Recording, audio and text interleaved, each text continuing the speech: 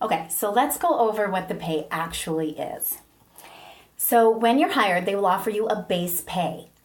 They advertise their base pay as $7 to $9 per class. Remember, you're teaching 2 classes an hour. So your base pay is going to be $14 to $18 an hour. The good news is you will never make this. You will make more, because this is assuming that you show up for every single class late and that you don't teach at least 15 hours a month, which is very easy to do. Almost everybody's going to do that, although you do get to set your schedule and choose. So your base pay is going to be $7 to $9 an hour. They will tell you that at the end of your first interview. On top of that, you can earn incentives. You will earn incentives. I always earn the incentives. This is going to add $4 more per hour. Let me show you how that works. So one incentive is going to be for showing up on time. So you're going to get $1 per class or $2 more per hour just for showing up on time. Actually, let's do this because there's another incentive. If you teach 45 classes a month, that's 22 and a half hours a month, you can get $1 more per class. So now look at what's happening to your hourly rate. You're really going to be making $18 to $22 an hour. In addition to this, they often run contests, incentives, and bonuses. For example, coming up, we have Christmas, and between Christmas and New Year's, a lot of teachers take off of work. So if you work those days and you work the peak hours where they need the most teachers, they're going to be paying 50 cents more per class, which again is going to be $1 more an hour. So that's just something they're running right now. It's not always, but between Christmas and New Year's, here's the class rate. You can also earn bonuses for doing things like what I do, which is sharing this information with friends, family, friends of friends who might be interested and might want to become VIPKID teachers. If you coach someone through the process and they sign up and successfully start teaching, you can also get a one-time bonus for that. So this is how the pay structure works. I hope that makes sense. They advertise $14 to $18 an hour. I want you to think in your brain that you're really going to be in this window, $18 to $22 per hour. And I realize where you live is going to depend on whether or not that's worth it for you. It depends completely on your cost of living and the pay that you can get at other jobs. I live in Colorado. I was teaching in Colorado, and right now I'm not. Teaching in a brick and mortar, and I can tell you that this is worth it for me because I don't have to commute. I have minimal time planning my lessons, and I can do this without having to pay for childcare because I can teach when my kids are sleeping at night or in the morning. So hopefully that helps you decide.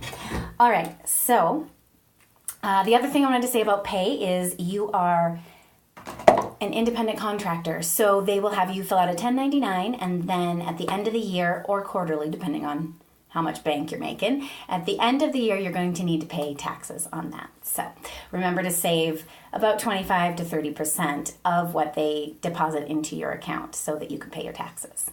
Okay? All right, so now let's talk about the hours. So for some people, the hours seem really strange, but of course, we're teaching kids in China, so you need to be teaching when they're awake. There are no daytime hours available unless you move up and you become a mock class mentor, and then you can be part of the interviewing process for other potential teachers. Those are daytime hours. But generally, for teaching, you're not going to be working in the middle of the day in the Americas, in these time zones. You're going to be working evenings, overnights, and weekends. You don't have to do all of those. You just pick what works for you. So, in Beijing, the most popular times for kids to take class are going to be 6 to 9 p.m. So you can convert that to your time zone, and from 6 to 9 p.m. in Beijing, those are the easiest classes to book. So you can fill your schedule really easily if you open up those hours. There are lots of other hours available, including all day Saturday and Sunday in Beijing time. So you can work evenings, overnights, and early mornings up until what would be the equivalent of 10 p.m. in Beijing time. So for East Coast time, you're going to be teaching about 5 to 9 a.m. Friday and Saturday from 8 p.m. to 9 a.m. For Central Time, you can most likely teach from 4 to 8 a.m., as well as Friday and Saturday from 7 p.m. to 8 a.m. Mountain Time, you'll be teaching from 3 a.m. to 7 a.m., or 6 p.m. Friday and Saturday till 7 a.m. the next day.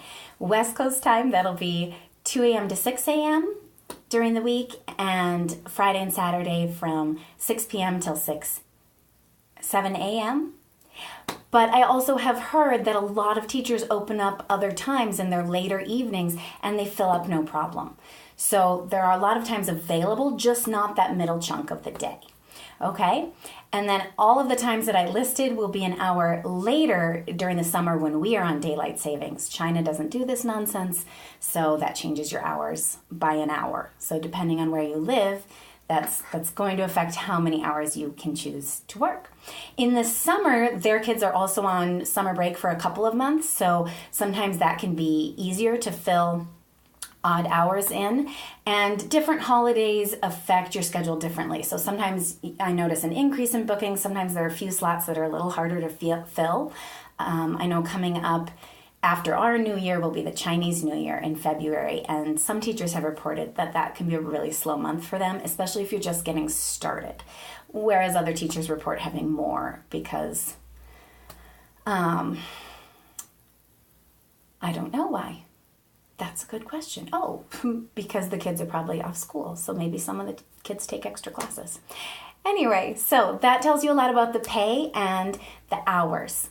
So keep watching. I'll include more videos on things like the hiring process and tips for getting hired, which is a big one. The hiring process is a little bit intense, so make sure you check that out. Thanks for tuning in. I hope this cleared some things up. Bye.